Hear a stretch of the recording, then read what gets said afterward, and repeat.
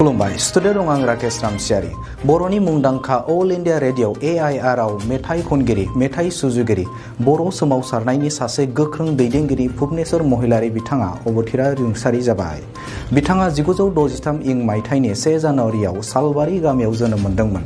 थांना थानाय समाव बिथाङा सालबारि जिल्ला बर' हारिमु आफादनि आफादगिरि, दुलाराय बर' हारिमु आफादनि गायसनगिरि फोसावदिं नेहाथारि, जांख्रिथाय मेथाइ थुंग्रि केसेटनि मेथाइ खनगिरि, सालबारि जिल्ला संस्कृति सभा आसमनि नेहाथारि, सालबारि गामि समाजनि बोसोनगिरि महरै बिहोमा होबोदोंमोन। बिथांनि रुंसारि जानायखौ नखर ओनसोलनि रायजो राजा माहारियारि आफादफोरा गोथौयै दुखु मोननाय फोरमायदों। मुंदांखा AIR अल इंडिया रेडिअनि रैसुमै आयदायाव मेथाइ रोजाबगिरि बयजोंबो मिथिजानाय भुबनेश्वर महिलारि बिथाङा गोबाव सम बेराम जानानै गुवाहाटीनि GNRC देहा फाहामसालियाव फाहामथाय लाबाय थानाय समावनो मैया मोनाबिलि समाव रुंसारि जायो। थारैनो बिथाङा बर' हारिनि थाखाय सुंख'हायै बिहोमा होबोदोंमोन। बिथांनि रुंसारि जानायाव बर' हारिया सुंख'हायै खहा जाबाय। बिथांनि गोथै देहाखौ गावनि आंगो गामि सालबारियाव गारगोन। बिनि सिगां सालबारि ओनसोलाव बिथांनि गोथै सह'खौ दोबथिंगोन। बे समाव बाक्सा जिल्ला दुलाराय बर' फरायसा आफादनि आफादगिरि उमेश दैमारि आरो सालबारि जिल्ला बर' थुनलाइ आफादनि दैदेनगिरिफोरा मा फोरमायखो मिथिना लानि। बरपेटा रडनिफ्राय अनजय बसुमतारिनि खौरां। बर' फरायसा आफादनिफ्राय दिनै सालबारि ओनसोलनि जानानै मोनसे दुखुनांथाव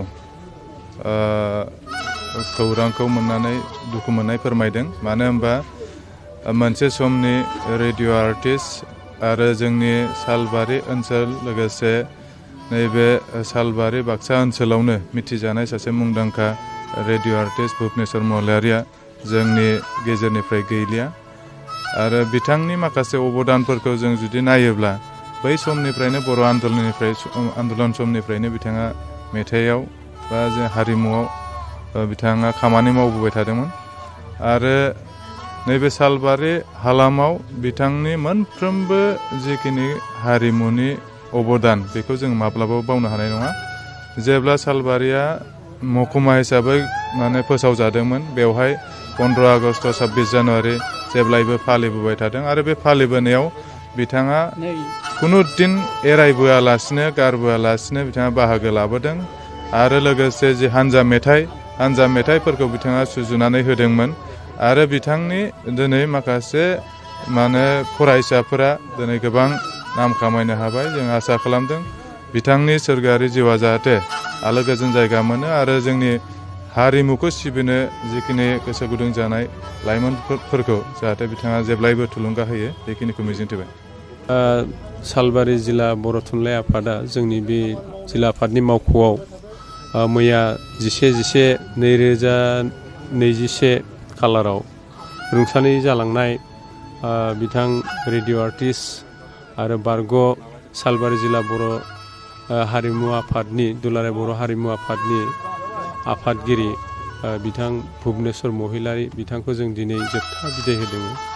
दुखुनि बाथ्रा बिथां बायदि सासे समाज सिबियारि हारिमु सिबियारि जोंनि गेजेरनिफ्राय दिनै जानगार जालांबाय।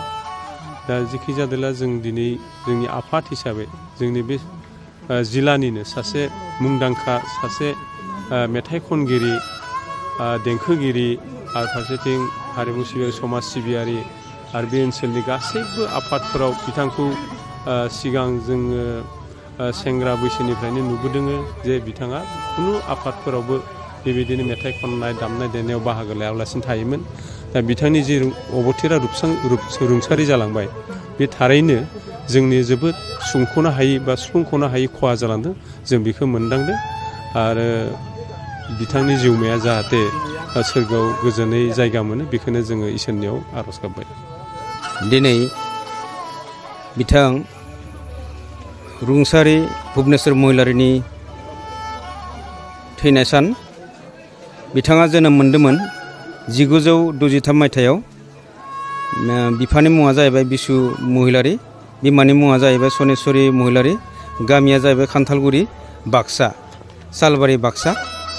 बिथां भुबनेश्वर महिलारि आदानि जा हरखाबै जिउ गोमोरलांनायखौ मोनथिनानै जों जोबोद दुखु मोनदों एबा बे सालबारि ओनसोलनि गासै रायजो राजाफोरा जोबोद दुखु मोननाय जादों।